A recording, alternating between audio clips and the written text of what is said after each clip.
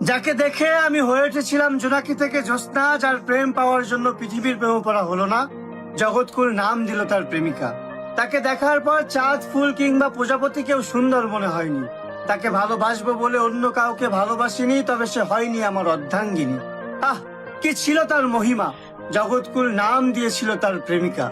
সে তো হারায়নি, বরং আমি হারিয়েছি আমায়। সে বলেছিল ভালোবেসে পাল্টে দেব তোমায় বিচ্ছেদের জামানায়। আহা, এর বিপরীতে আমার মুখে সিগারেট আর কবিতাই মানায়।